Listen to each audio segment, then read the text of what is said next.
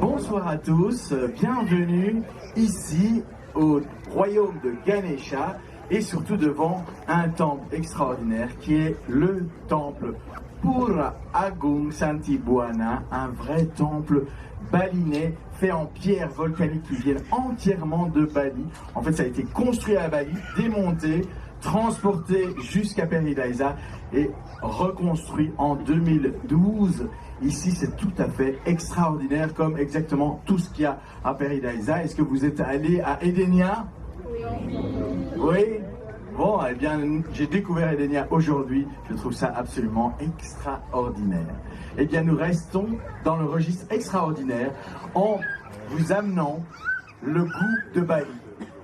Le goût vraiment, hein, comme ce qu'on mange, vous allez voir que ici vous allez déguster un plat balinais, mais avec les oreilles. Alors voici les ingrédients pour cuisiner cette musique. D'abord, elle est jouée par un ensemble d'instruments à percussion essentiellement, mais pas uniquement, et qui sont les instruments qui forment le gamelan gong kebiar de Bali. Gamelan parce que c'est un peu comme des gamelles, hein, on va tous taper. Gambal, ça veut dire hein, on tape. Et puis gong, parce qu'il y a un gong, et le gong, vous savez que c'est indonésien. Personne ne peut contredire ça, parce que gong, le mot gong vient d'Indonésie. D'ailleurs, comme le nasi goreng. Et kebiar, qui veut dire une étincelle. Quelque chose d'étincelant. On va voir ce qui est étincelant. La mélodie, en fait, elle est formée de 5 notes. Alors voici la première mélodie d'une chanson qui s'appelle Gilak qu'on va entendre au Ugal. Voici le Ugal, l'instrument un peu conducteur de la mélodie.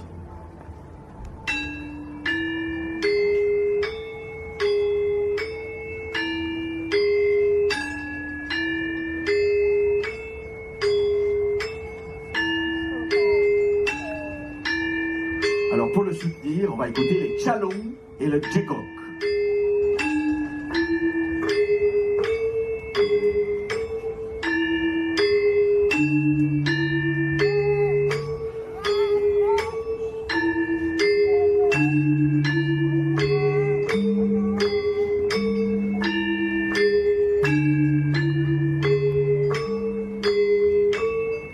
Pour donner le tempo, le métronome, on entend le kajar, le ibu nyoman. Et pour l'aider, vous pouvez frapper dans les mains.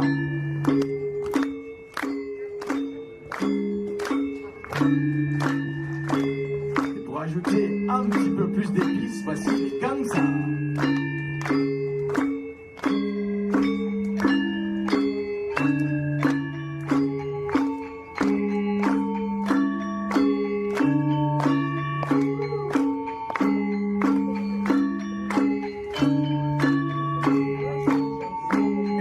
Maintenant les gongs.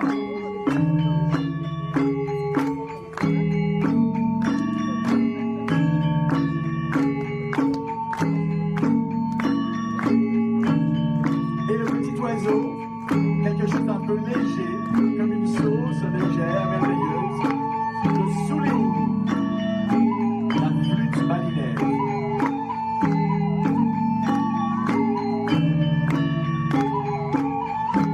J'ai envie de danser. Pour bien connaître le rythme, on va entendre le kékla de notre maître tambour conducteur, Wayan Suteja.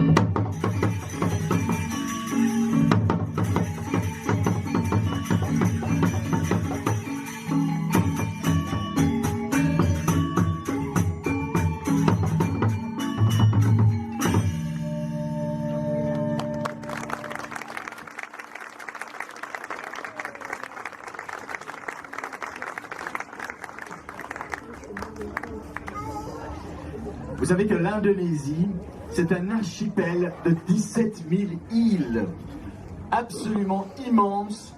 Je ne les ai pas toutes visitées, je vous avoue. Mais j'y habite depuis 13 ans, dans l'île de Java. Qui connaît la capitale de l'Indonésie? Jakarta, bravo, Jakarta. Vous savez qu'elle détient 3 records du monde, un peu comme Edenia. Edenia, la plus grande serre du monde, la plus grande variété de plantes du monde et la plus grande variété, évidemment, d'animaux au monde. Eh bien, Jakarta, c'est un peu la même chose. C'est la ville la plus peuplée du monde. 42 millions d'habitants. Et moi, et moi, et moi. C'est aussi la ville la plus polluée. Vous pensez bien que 42 millions d'habitants, dont beaucoup roulent en voiture ou en moto, ça pollue beaucoup. C'est aussi la ville où il y a le plus de shopping centers, de malls. Alors vous voyez, les gens aiment bien aller au mall parce qu'il y a l'air conditionné. Et comme il fait assez chaud à Jakarta, donc on aime bien se promener et puis faire du shopping. Voilà. Mais il y a aussi, bien sûr, beaucoup de verdure et beaucoup de musique. Beaucoup de spectacles et beaucoup de danse. Et aujourd'hui, c'est un jour très spécial parce que ce matin, il y avait une cérémonie dans le temple qui est ici à votre droite et qui s'appelle le temple Pura Santi Buana et qui est sacré puisque ce matin, nous avons célébré l'amour, la compassion, l'art et la musique. Et la musique, vous savez, elle accompagne les danses merveilleuses. Eh bien, nous allons vous transporter près des îles, donc, et surtout l'île de Bali. Et nous allons tous ensemble pêcher des poissons. Est-ce que vous êtes d'accord, les enfants qui êtes encore réveillés jusque tard maintenant, est-ce que vous êtes d'accord pour aller pêcher des poissons? Alors, voici les pêcheurs ou les pêcheuses de poissons qui s'appelle la danse Tari Nelayan.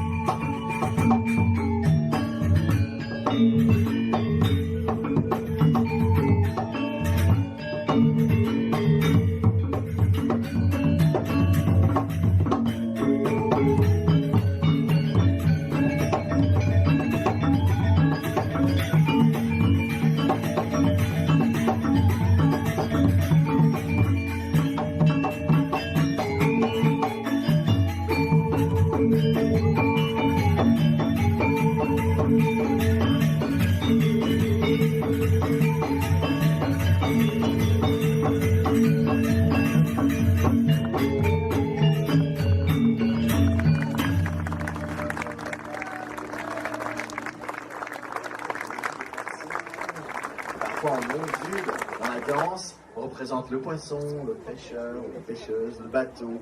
Et ainsi, on raconte une histoire en dansant. Et l'histoire suivante qu'on va vous raconter, c'est l'histoire d'un guerrier. Un guerrier qui va arriver très fier. Il est prêt à faire la guerre.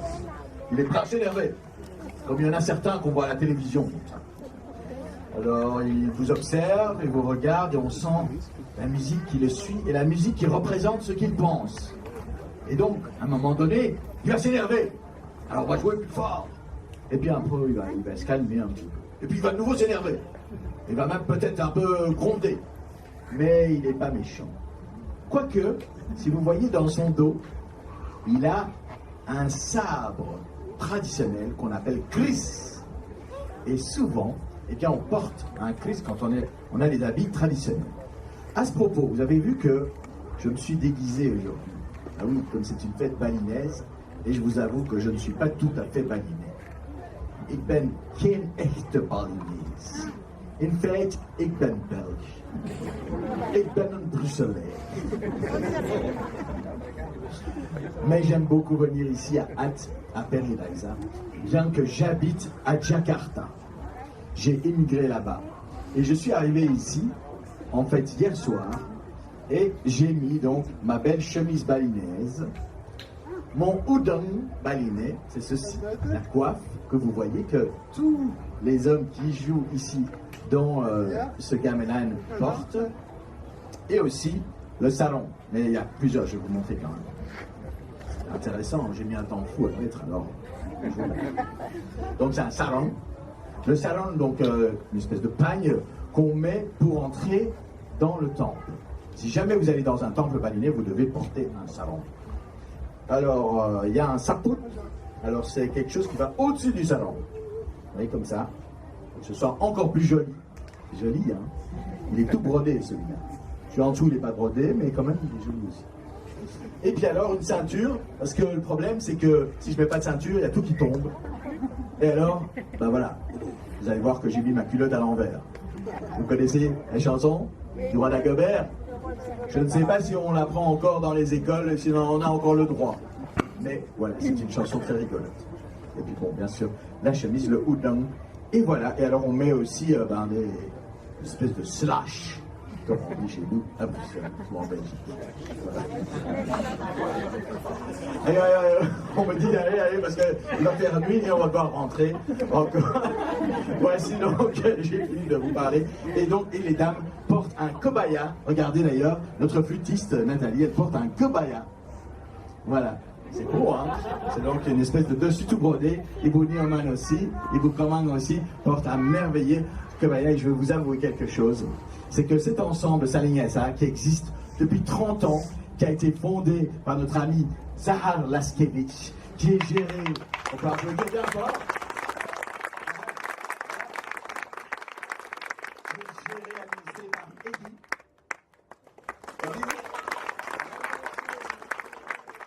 Et aussi par le merveilleux Wayan Sudiartawan. Grâce à qui nous jouons ici à Paradise ce soir. Et notre maître tambour, eh bien, Krishna Suteja.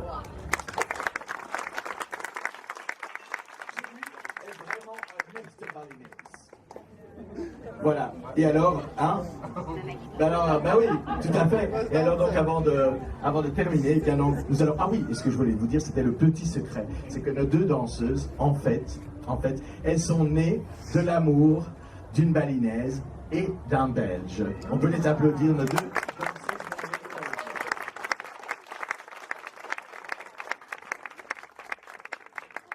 Danser ensemble. Il y a d'ailleurs une école de danse, une dance school, Balinese Dance School in Antwerpen, die noemt Dwi Mekar. Dwi Mekar. Si vous écrivez école de danse balinaise Anvers, vous allez certainement trouver cette école de danse si vous voulez apprendre à danser. D'ailleurs, nous allons passer à cette danse du guerrier et ensuite, eh bien, vous aurez peut-être l'occasion de danser les enfants. Vous êtes prêts? Oui? Oui, bah oui, une petite danse nocturne, la nuit de Bali. Voici la danse du guerrier, Paris Tunga.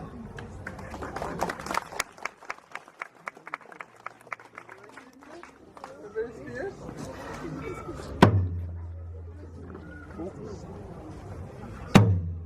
Selectman.